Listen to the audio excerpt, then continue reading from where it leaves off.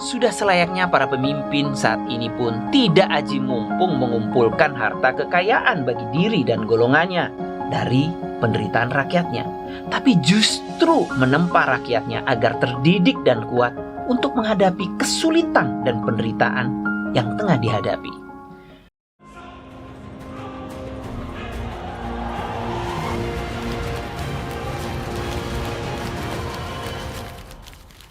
Salam Patriot di Suara Patriot bersama Chandra Tua. Di edisi Solusi Negeri kali ini kita angkat tema tidak mengambil keuntungan haram, berkah akan melimpah. Ada pepatah Konfusius, kekayaan dan kehormatan yang diperoleh dengan cara yang tidak lurus adalah seperti awan yang mengambang. Dengan kata lain, mengambil keuntungan dan kepentingan pribadi akan membawa bencana, karena ini bukan cara yang benar. Berapa banyak kisah kehidupan nyata dalam sejarah umat manusia yang mengungkapkan kebenaran ini kepada dunia. Sebuah kisah di dinasti Song, menantu orang kaya mewarisi kekayaan.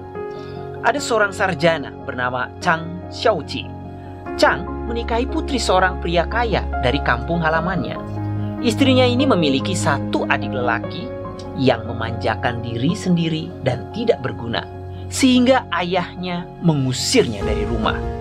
Di ranjang kematiannya, orang kaya itu mempercayakan semua kekayaannya kepada Chang. Beberapa tahun kemudian, Chang melihat saudara iparnya mengemis di pinggir jalan. Chang kemudian memanggilnya dan bertanya, "Bisakah kamu menyirami taman?" Putra orang kaya itu menjawab, "Jika seseorang bisa mendapatkan makanan dengan menyirami tanaman, ini adalah keberuntungan." Chang kemudian mempercayakan dengan pekerjaan mengurus taman dan juga mengatur tempat tinggalnya. Setahun kemudian, Chang melihat bahwa putra orang kaya itu sangat pekerja keras. Taman yang ditanganinya subur dan terawat. Chang bertanya lagi, "Bisakah Anda mengelola toko?" Putra orang kaya itu merasa bersyukur dan berkata, "Mengizinkan saya menyirami taman sudah di luar dugaan saya. Sekarang Anda membiarkan saya mengelola toko. Ini benar-benar beruntung." Setelah mengamati putra orang kaya itu selama beberapa tahun, Chang melihat bahwa dia benar-benar telah berubah. Jadi dia mengembalikan semua kekayaan yang ditinggalkan orang kaya itu kepada saudara iparnya. Putra orang kaya itu sangat tersentuh. Meskipun ia sama sekali tidak mengambil sepeser pun uang warisan orang kaya itu, Chang hidup berkecukupan atas usahanya sendiri dan keturunannya semua juga sukses. Chang secara moral tahu dan paham bahwa warisan itu memang tidak seharusnya jatuh pada dirinya sendiri, tapi pada anak si orang kaya.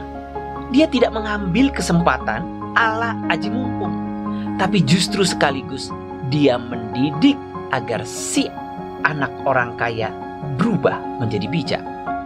Harapannya, sudah selayaknya para pemimpin saat ini pun tidak aji mumpung mengumpulkan harta kekayaan bagi diri dan golongannya dari penderitaan rakyatnya, tapi justru menempa rakyatnya agar terdidik dan kuat untuk menghadapi kesulitan dan penderitaan yang tengah dihadapi.